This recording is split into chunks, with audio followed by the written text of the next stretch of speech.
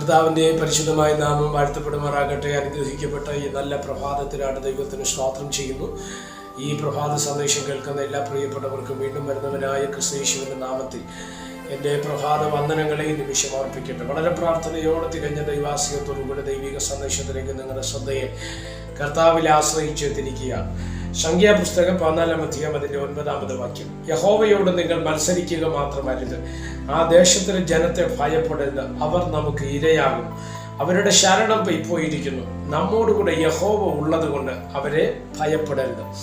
വാക്യങ്ങൾ കണ്ട ദൈവത്തിന് സ്തോത്രം ചെയ്യുന്നു. നമുക്കറിയാം, സംഖ്യാപുസ്തകം 13-14 അധ്യായങ്ങൾ നമ്മൾ പഠിക്കുന്ന സമയത്ത് ഇസ്രായേൽ ജനം മരുഭൂമിയിലൂടെ യാത്ര ചെയ്ത് പോകുമ്പോൾ കനാൻ ദേശം ഉറ്റുനോക്കുവാൻ വേണ്ടി 12 ഗോത്രപിതാക്കന്മാരെ തിരഞ്ഞെടുത്ത് മോശ കനാനിലേക്ക് വിടുകയാണ്. സ്തോത്രം. പോയിട്ട് തിരിച്ചു വരുന്ന 12 പേരിൽ 10 പേർ ഇസ്രായേലിനെ അധൈര്യപ്പെടുത്തും വിധത്തിൽ, അവരെ ഭാരപ്പെടുത്തും വിധത്തിലാണ് അവിശ്വാസത്തിന്റെ വാക്കുകൾ അവരുടെ മുൻപിൽ പറയുകയാണ്. കാര്യം അവിടേക്ക് നമുക്ക് പോകുക അസാധ്യമാണ്, അവിടെയുള്ളവർ അനാക്യമല്ലന്മാരാണ്, അവരെ പിടിച്ചടക്കുക അസാധ്യമാണ്, അവരെ തോൽപ്പിക്കുക അസാധ്യമാണ്. ഇന്നൊക്കെയുള്ള അസാധ്യമത്തിന്റെ ചിന്തകൾ ഇസ്രായേൽ ജനത്തിന്റെ ഹൃദയത്തിലേക്ക് കൈമാറുന്നതായിട്ട് നമ്മൾ വായിക്കപ്പെടുന്നു. ഇത് കേട്ട ഇസ്രായേൽ ഒരു രാത്രി മുഴുവനും കരഞ്ഞു എന്ന് പഠിപ്പിക്കുന്നു.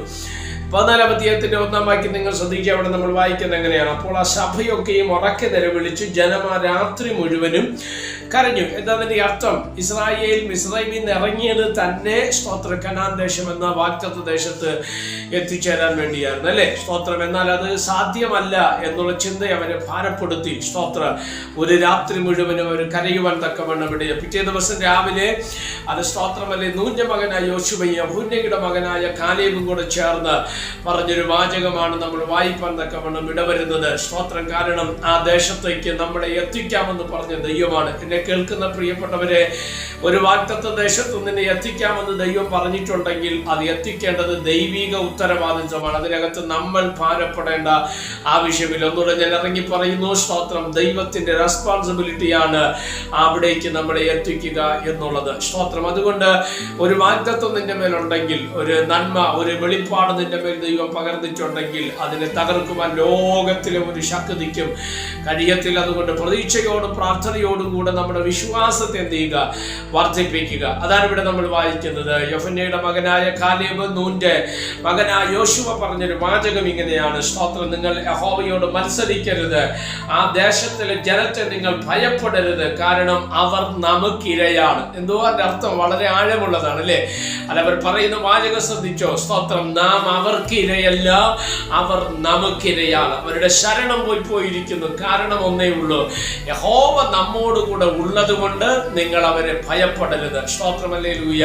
മിസ്രൈമിന്റെ മണ്ണിൽ നിന്ന് അവന്റെ അടിമനുഖത്തിനകത്തു നിന്ന് ഞങ്ങളെ പുറത്തെടുത്തത് വഴിയിൽ വിട്ടേച്ച് പോകാനല്ല, പകരം കനാൻ ദേശം എന്ന വാഗ്ദത്ത ദേശത്തിൽ എത്തിക്കാനാണ്. കാരണം ദൈവം നമ്മോടുകൂടെ ഉള്ളത് കൊണ്ട് നമ്മൾ ഇവരെ ഭയപ്പെടേണ്ട ആവശ്യം ഇല്ല. അങ്ങനെയെങ്കിൽ എന്നെ കേൾക്കുന്ന പ്രിയ സ്നേഹിത, പ്രിയപ്പെട്ടവരെ, ദൈവം നമ്മോടുകൂടെ ഉണ്ട്. ഒന്നിനെയും കണ്ട് നമ്മൾ ഭയപ്പെടരുത്. മുമ്പിൽ വരുന്ന പ്രതിബന്ധങ്ങൾ, മുമ്പിൽ വരുന്ന തടസ്സങ്ങൾ, മുമ്പിൽ വരുന്ന പ്രതികൂലങ്ങൾ, ഇവയൊന്നും കണ്ട് നമ്മൾ ഭാരപ്പെട്ടു പോകണ്ട.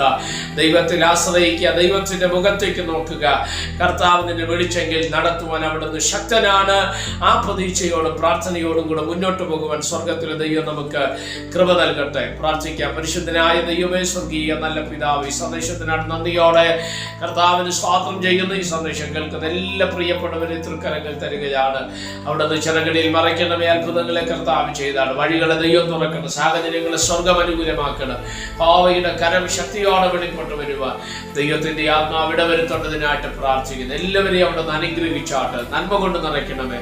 സ്വർഗം അവിടുന്ന് അത്ഭുതങ്ങളെ ചെയ്യുന്നതിനായിട്ട് സ്തോത്രം, മഹത്വം അങ്ങേക്ക് യേശു കർത്താവിന്റെ നാമത്തിൽ തന്നെ. ആമേൻ. എല്ലാവരെയും ദൈവം അനുഗ്രഹിക്കട്ടെ. God bless you.